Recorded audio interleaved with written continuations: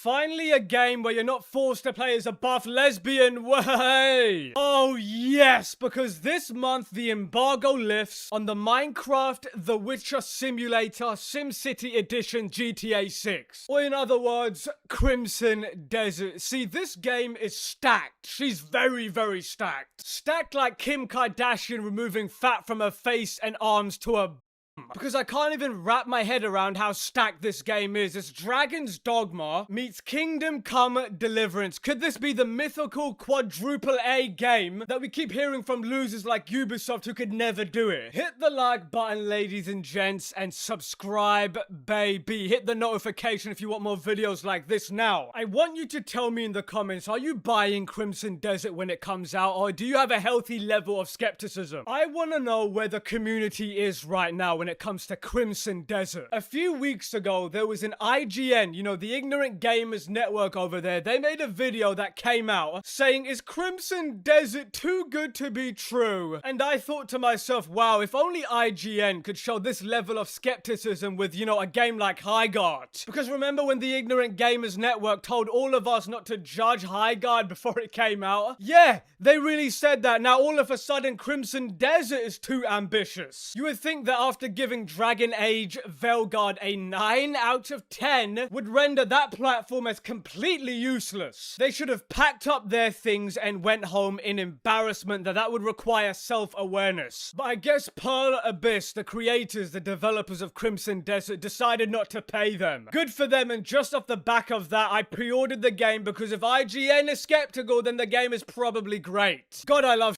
on IGN. I could do that all day. Now, the reason why I'm making this video is because in the last few days, there have been a ton of content dropping, such as 6-hour reviews of Crimson Desert. And quite frankly, this game is the living embodiment of it looks too good to be true. Because I can speak for myself, I'm desperately trying to stop myself from getting hyped. I can never do that stuff again because I keep getting disappointed. However, having said all of that, Crimson Desert is promising me and everybody else a lot of flash. And based on what people are saying, it has a lot of substance. Have you ever wanted to carry a large pig on your back? And no, I'm not talking about DSP gaming. Apparently you can do that on this game. You can ride a horse, a velociraptor, a bear, a dragon. You can drive a wagon and pilot a freaking mech. I mean, really? I mean, where's the catch? Everything seems too good to be true. But then again, they've shown off way too much good stuff so far for this to be a rug pull. Because there's been no other game that I can remember that have shown more gameplay than Crimson Desert. The marketing team must be pretty confident. I mean, it's pretty telling that the main complaint people like me have is that the 5-6 hours of gameplay I've seen looks too good, we don't believe you. The thing is, us gamers have been royally screwed by game developers promising us too much and delivering all too little. We don't have to go that far, just look at AC Shadows. And speaking of Assassin's Creed, based on the previews, this game has better and more fluid free climbing animations than AC Shadows does. I mean, this is what Assassin's Creed should have been. Now, the catch that I might be looking for is the performance, especially on consoles. This thing definitely needs to be optimized, well optimized considering how dense it is. We need to see someone show us how it operates on a normal PS5. We need to see standard PS5 footage. Why? I'll tell you why. Even though I have a very beefy PC, not everybody does have one. Not everybody has a PS5 Pro. Many people are still using the standard PS5 console. And we are just, what, under 3 weeks until this comes out, and we have yet to see an extended look at how it runs on consoles like the PS5 other than the quote trailer. It's great that it seems to run well on PC, but we need to see how it runs on console. Now, if I was to look at Crimson Desert from a very critical point of view, I could make the argument that, look, this game might be the jack of all trades and the master of none. You've got mechs, you've got dragons like I mentioned, you've got steampunk, medieval fantasy, you've got all these things. Oh, and some sci-fi elements thrown in there. And if I was looking at this critically, I could say that my concern with the game is that it's a mile wide and only an inch deep. But I doubt it. This game looks very good. good. Now, I think that this game might fall short in the quote story department. It just feels way too ambitious of a game to get everything right. If there's one thing that might be bad, maybe not bad, but might fall under expectations, is the story department. I mean, it looks okay from what we've seen, but I'm not even sure Crimson Desert knows yet what Crimson Desert wants to be. They call it a fantasy adventure game, and they've already clarified that it's not an RPG. So as long as people's expectations are regulated on that front, I think they'll be fine. Now, the thing is, the reason why this game can achieve this level of ambition is because a lot of its assets are straight from Black Desert. They just tweaked and modified it. From what I've seen online, the game engine was built in-house from the ground up, specifically to be able to run massive open world games. So yeah, basically the TLDR is that most of the framework already existed before development. Now, Digital Foundry did a deep dive in a video called Crimson Desert's First Look, the BlackSpace Engine Tech Preview. Now, during this preview, it's important to remember that they didn't do any testing. They were sent footage. It's not like they actually went in and properly tested it, but they said what really impresses me is the visual cohesion in the presentation. The medieval aesthetic combines wide open landscapes, varied environmental types, quote, biomes if you like, along with dense towns and cities. With substantial indoor spaces, think Dragon's Dogmas 2 in terms of world structure, but broader in scope and heavier in systemic design. You could also say there are hints of Legend of Zelda Breath of the Wild in the game world and how its systems interact. There are time of day cycles, dynamic weather and conditions, and a lived-in world that complements an excellent lighting system. I want to talk about that. I'll play the clip, I might be playing it right now, of the day-night cycle, and it reminds me of Kingdom Come Deliverance 2 and Dragon's Dogma 2. They even actually have pitch black nights. They actually followed real life. As someone that loves cinematography, and I think about lighting all the time, the lighting at night looks very, very good. Now, Digital Foundry continues. The ray trace global illumination is key here, used across the board in both indoor and exterior environments. Crucially, this appears to be a per pixel solution rather than a probe only or a probe driven hybrid system, delivering convincing bounce lighting and nuanced indirect global illumination with believable contrast. Our video shows how well time lapses work using this technology, dramatically showing how exterior weather and lighting conditions affect internal spaces. This extends across the game, so torches and local light sources at night contribute to fully global illumination. And also, let me add this part, the water rendering also looks impressive and not relying on standard 2D textures. Particles and height only displacement, the effect looks more volumetric with physically consistent wave and shoreline presentation. Now, I want to make it clear, you know how hard it is to get rain to look like actual rain? Most games fail at this all the time, and it's